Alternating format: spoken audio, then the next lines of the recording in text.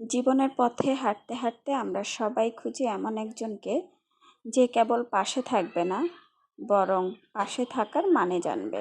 যে শুধু আমাদের পাশে থাকে না, আমাদের ভেতরের কষ্টগুলোও বোঝে, আমাদের চুপ করে থাকা, হঠাৎ মন খারাপ, না বলা কথাগুলো সব অনুভব করতে পারে। যে আমাদেরকে বদলাতে চায় না, যে আমাদেরকে বুঝতে চায়। আমরা যদি ক্লান্ত হই, তবে সে আমাদের জন্য এক কাপ চা নিয়ে আসে অথবা একটুখানি ঠান্ডা শরবত। আমরা যদি অসুস্থ হই, তাহলে সে রাতের ঘুম বিসর্জন দিবে, আমাদের একটু যত্ন করবে, একটু ভালোবাসা দিয়ে কপালে হাতটা বুলিয়ে তারপর বলবে, চিন্তা করো না, ঠিক হয়ে যাবে। শরীরটা এখন কেমন লাগছে প্রিয়? যে আমাদের স্বপ্নগুলোকে সম্মান করে, আমাদের ভয়গুলোকে ধরে রাখে। সে ভালোবাসে, কিন্তু সেটা শুধু কথায় নয়, চোখে, ছোঁয়ায়, ব্যবহারে তার যত্নের ছায়া মেলে। একজন কেয়ারিং জীবনসঙ্গী মানে আমাদের শক্তির জায়গা, শান্তির আশ্রয়, যার পাশে থাকলে এই বিশৃঙ্খল পৃথিবীটাকেও আমাদের আপন মনে হয়। আসসালামু আলাইকুম। চলে আসলাম আবারও নতুন আরও একটি ভিডিও নিয়ে। আবারও লেট হয়ে গেল। এই তো এখানে আমি একটা কাঁথা এঁকে নিচ্ছি আমার ননাসের মেয়ের জন্য। অনেকটা আবদার করে বলল যে মামি আমাকে একটা কাঁথা এঁকে দিবেন। তো সেজন্যে ওর জন্যই একটা কাঁথা এঁকে দিচ্ছি। যদিও সেই সব কিছু কাপড় টাপড় দিয়েছে, আমি শুধু কাঁথাটার সাইজ মতো একটু সেলাই করে নিয়ে তারপর ডিজাইনটা এঁকে নিচ্ছি। সম্পূর্ণ ডিজাইনটা আঁকা হলে অবশ্যই আপনাদের দেখাবো, আপনারা যদি দেখতে চান। তো যেটা নিয়ে কথা বলছিলাম, আমরা এমন একটা জীবনসঙ্গী চাই যে জীবনসঙ্গী আমাদেরকে সব দিক দিয়ে বুঝবে, সব দিক দিয়ে সম্মান করবে, সব দিক দিয়ে কেয়ার করবে। লাস্ট ভিডিওটা আপলোড করার পর চিন্তা করেছিলাম যে এখন থেকে একদিন পর পরই ভিডিও আপলোড করব, কিন্তু সেটার হয়ে ওঠেনি আমার জন্য। ভেবেছিলাম শুক্রবারে একটা ভিডিও আপলোড করব, কিন্তু গত 2 দিন ধরে এতটাই শরীর খারাপ ছিল যে আর সেটা হয়ে উঠতে পারেনি। হঠাৎ করেই ঘুম থেকে উঠে আমি দেখলাম যে আমার খুব বেশি গ্যাসের প্রবলেম হয়ে গিয়েছে। হঠাৎ করেই কেন এমন হলো সেটাও জানি না।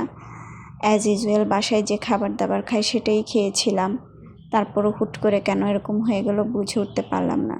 তো যাই হোক, সে কারণেই আর ভিডিওর এডিটও করা হচ্ছিল না, ভয়েস ওভারও দেওয়া হচ্ছিল না, আর আপলোডও করতে পারিনি।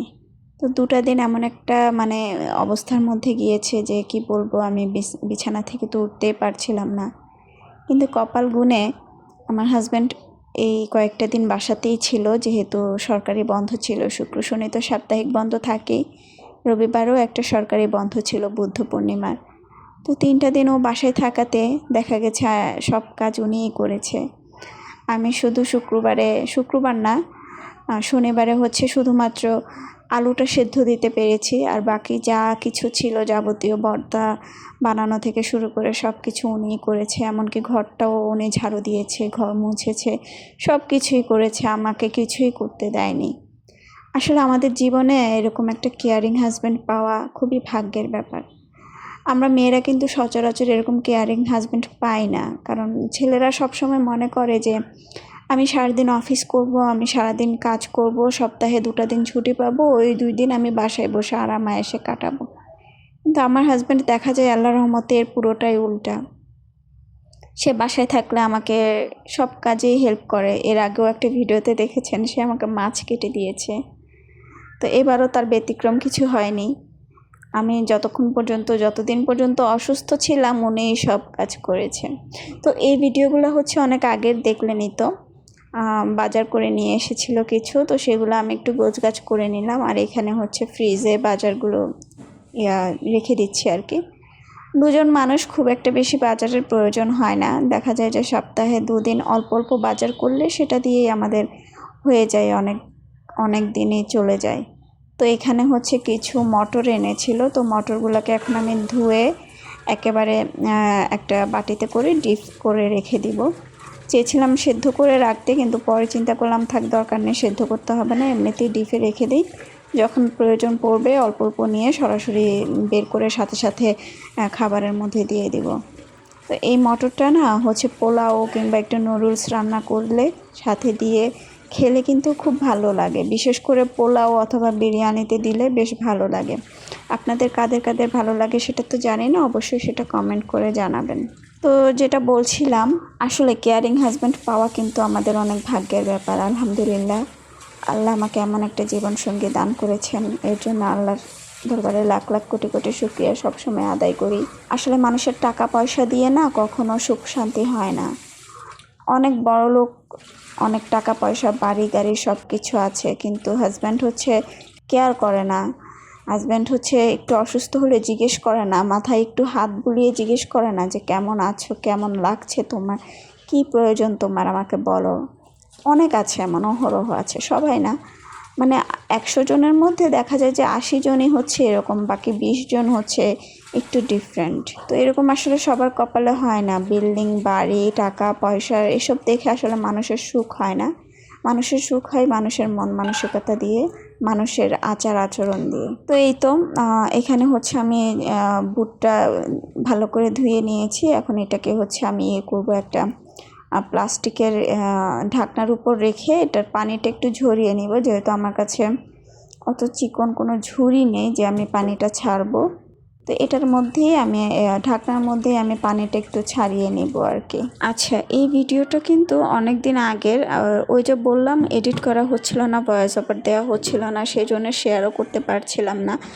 আমার কেন জানি ভিডিও এডিট করতে আর ভয়েস দিতে এত কষ্ট লাগে, এত অলসতা লাগে, আমি জানি না আসলে আমি এখানে কতদিন টিকে থাকতে পারবো। কারণ যদি আমি নিয়মিত ভিডিও আপলোড না করি তাহলে তো আমার চ্যানেলটা কোনোভাবেই গ্রো করবে না, আর আপনাদের কাছেও আমার চ্যানেলটা পৌঁছাবে না।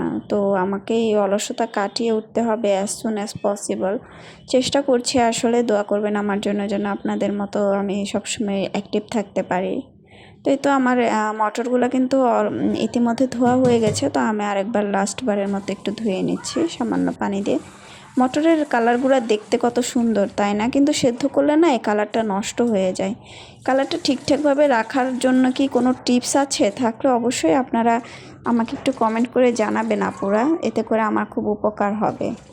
তো এই তো এখন হচ্ছে আমি এগুলাকে একটু পানিটা ছাড়িয়ে নেব।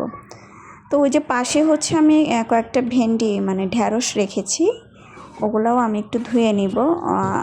আমার হাজব্যান্ড নাকি আজকে ঢ্যাঁড়স ভাজি করবে, উনি নিচ থেকেই চাচ্ছে ঢ্যাঁড়স ভাজি করতে।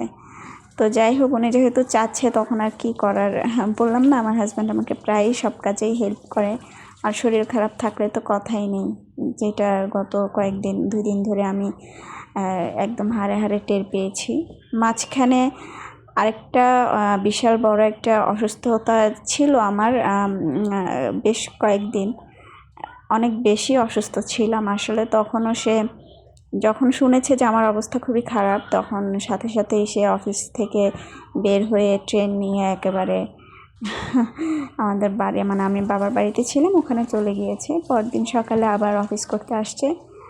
পরদিনও যখন সেম কন্ডিশন ছিল আমার, তার পরের দিনে আবার সেমভাবে সে তাড়াহুড়া করে অফিস শেষ করে, কোনোভাবে অফিস শেষ করে না আসলে, মানে বৃহস্পতিবার তো একটু সবাই আর্লি বের হয়, তো 3টার দিকে আর কি ও কোনোভাবে ট্রেন ধরে আবার সে চলে এসেছে। আসলে সব কিছু মিলে আলহামদুলিল্লাহ আলহামদুলিল্লাহ আলহামদুলিল্লাহ, এর থেকে বেশি আর বলার কিছু নেই।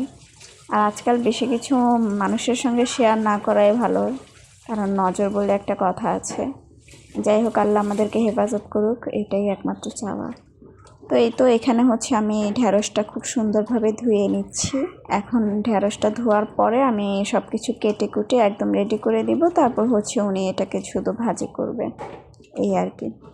ঢ্যাঁড়স ভাজি কিন্তু বেশ ভালো লাগে খেতে। আপনাদের কাদের কাদের ভালো লাগে সেটা অবশ্যই কমেন্ট করে জানাবেন। তো ভিডিওর এই পর্যায়ে আপনাদেরকে একটা ছোট্ট রিকোয়েস্ট করব, আমার এই ভিডিওটা যারা এতক্ষণ পর্যন্ত এখনও দেখছেন, আর যদি ভালো লাগে তাহলে ছোট্ট একটা লাইক দিয়ে একটা কমেন্ট করে জানিয়ে যাবেন যে আমার এই ভিডিওটা কেমন লেগেছে।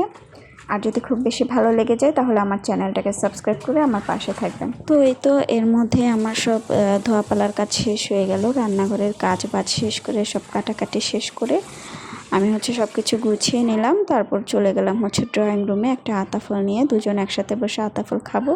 তো উনি এখানে একটু পড়াশোনা করছিল আর কি।